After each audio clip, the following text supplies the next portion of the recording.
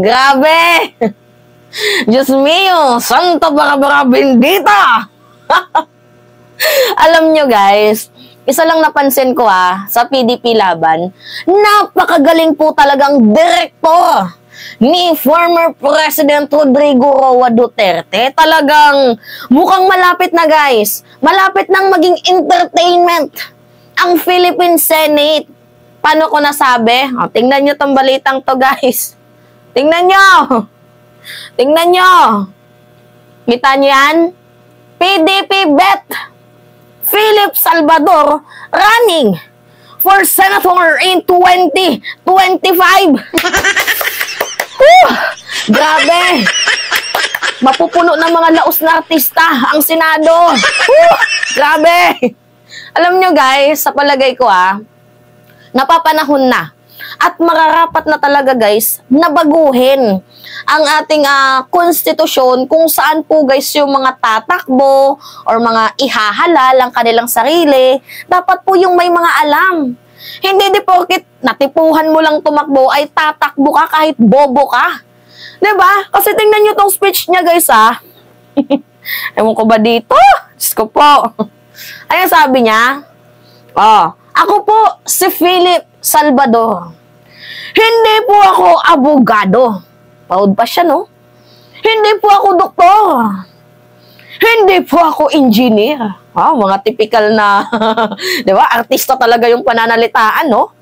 Ako po ay isang artista na PDP na magiging epektibong magsiservisyo sa mga Pilipino. Guys, I'm crying. Hindi ko alam kung ano yung magiging reaction ko.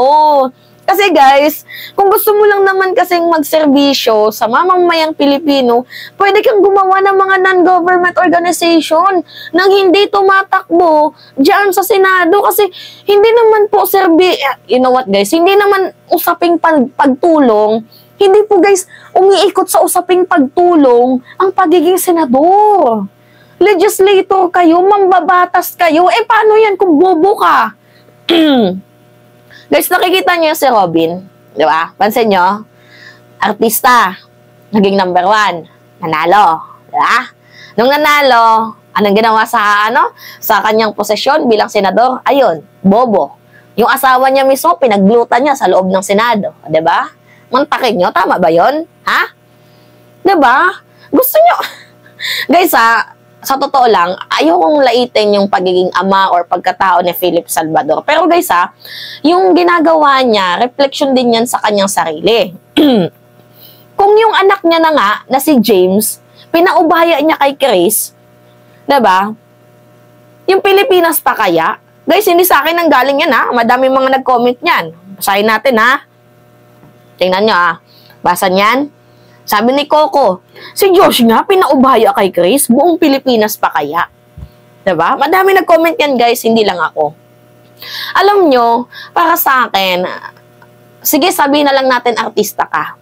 Pero naman sana, bago mo i-consider ang sarili mo na tumakbo sa Philippine Senate, i-consider mo muna kung capable ka, kung kaya mo, kung matalino ka, kung may alam ka, kung meron kang mayaambag. Sana iniisip nyo din yun, hindi porket natipuhan ka lang ng direktor mo, takbo ka. Ngayon, matagal ko po itong pinag-iisipan. Shit! Tangina! Hindi ko alam guys kung anong nangyayari dito sa ating sa ating bayan. Pero, pansin ko talaga, yung mga artistang laos, ginagawa na talagang retirement yung pagiging politiko. Tapos, napaka-basic lang guys ng sinasabi nila. Gusto daw nilang makatulong sa mamamayang Pilipino, kaya daw po sila tatakbo. In the first place naman guys, hindi mo naman kailangang maging diba? Hindi mo kailangang maging senador para makatulong sa mamamayang Pilipino. Diba? Hindi mo kailangang maging senador para makatulong sa mamamayang Pilipino. Tingnan nyo, ang daming mga vloggers, diba? Na nagko-content sila na pagtulong. Vloggers yun, nakatulong. Madami ding mga mamamayang Pilipino na, di ba, may nag-post na kailangang humingi ng tulong, madami nagpapaabot ng tulong. Sa pamamagitan nun, nakatulong ka na. Katulad ni, former Vice President Leni Robredo. Di ba? Hindi naman siya elected official ngayon pero nakapagpatayo ng 4 na classroom. 'Di ba? By private sector. Ang daming mga natulungang mga mahihirap. Nagbibigay ng ng supply ng mga pagkain every time na may bagyo. Sa pamamagitan ng non-government organization. 'Di ba? Madaming way para makatulong ka. Hindi yung demonyo. 'Di ba guys? Nagigets nyo naman ata yung punto ko. Hindi nyo naman kailangan tumulong nang kailangan nyo pang i-elect ang sarili nyo bilang senador. Kasi ang nangyayari dito, gusto nyo lang magkaroon ng sweldo, gusto nyo lang magkaroon ng kita. Hirap na nga ang bansang Pilipinas. 'Di ba? Tapos magsasweldo pa ng mga bobo na politiko. Maawa naman kayo. 'Di ba? Isa na lang kahit konting kahihiyan or kahit konting delikadesa. 'Di ba? Ngayon, panoorin nyo tong video. Diyos ko po. Inendorso ng PDP Laban ang 4 nilang miyembro para sa pagkasenador sa 2025. Kabilang dyan ang aktor na si Philip Salvador. Live mula sa Cebu City, nasa frontline ng balitang yan, si John Aroa. Dito na rin inanunsyo ang muling pagtakbo sa Senado ni Tolentino, Go at De La Rosa. We expect all members of PDP to work hard for their re-election. Layon daw nilang tatlo ang mapanatili ang puwersa ng PDP sa Senado at mapalakas pa ito. May pahapyaw pa nga si De La Rosa sa mga posible pa nila makasamang tumakbo sa pagkasenador, kabilang si dating Pangulong Duterte. I hope na sana the likes of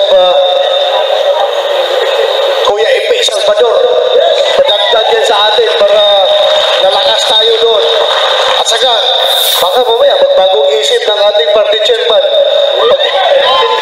pag hindi siya tinatamad. Agad namang tinanggap ng aktor na si Philip Salvador ang endorsement ng PDP para sa 2025 senatorial race. Pagtagal ko pong hinintay ito. Tinatanggap ko po ang aking nominasyon para sa 2025 senatorial election. Nakikita nyo guys? 'Di ba yung pinaka-point lang nila para palakasin ng PDP. So tumakbo sila para palakasin ng PDP pero hindi tumakbo para sa ating bayan, para magsilbi, maglingkod sa ating mga mamamayang Pilipino. And guys, nakita nyo naman si Tolentino, kita nyo si Go, kita nyo si Bato. Tapos na yan, mga hunghang. 'Di ba? Nanalo ka na, uulit ka pa. Once is enough. 'Di ba? Hindi ko alam kung ano yung magiging initial reaction ko, pero please guys, maawa kayo sa bansang Pilipinas. Mantakin nyo, parod pa itong si Philip na hindi ako doktor, hindi ako lawyer, hindi ako engineer. Artista lamang po ako ng PDP Laban na handang magserbisyo sa bayan. Shit. Doon pa lang guys. Ano yung napapansin nyo? Puro katangahan. 'Di ba? Hindi po ako hindi po ako lawyer, hindi po ako doktor. 'Di ba? Ako ay artista lamang na gustong magserbisyo. Tingnan nyo guys yung mga word. 'Di ba? Pang putang ina. Diyos ko po. Ang ina mo, Robin, dahil sa'yo, nagkakaganitong bayang Pilipinas eh. Kung hindi mo sinimulang hinayupa ka. 'Di ba? Ginawang retirement yung pagiging pagiging politician.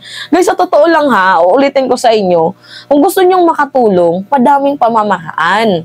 'Di ba?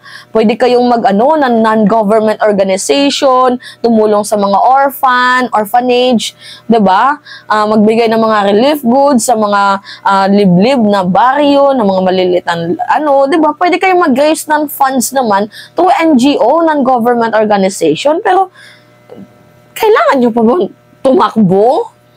Kasi, guys, ang pagtakbo, it's not about helping. 'Di ba? Hindi po dyan umiikot yung mundo ng pagiging senador sa pagtulong. Mambabatas po yan, tagagawa ng batas, tagaayos ng batas. Kasi guys, ang napapansin ko dito, walang patutunguhan ng bansang Pilipinas. For example, magkaroon ng committee hearing. 'Di ba? Kunyari kay Kibuloy. Nakita nyo yung ginawa ni Robin? Ganun ang mangyayari, guys. Kapag nanalo tong si Philip, hindi ko hinuhusgahan ang pagiging, ang pagtakbo ni Philip bilang senador, pero, kahusga-husga naman talaga, guys.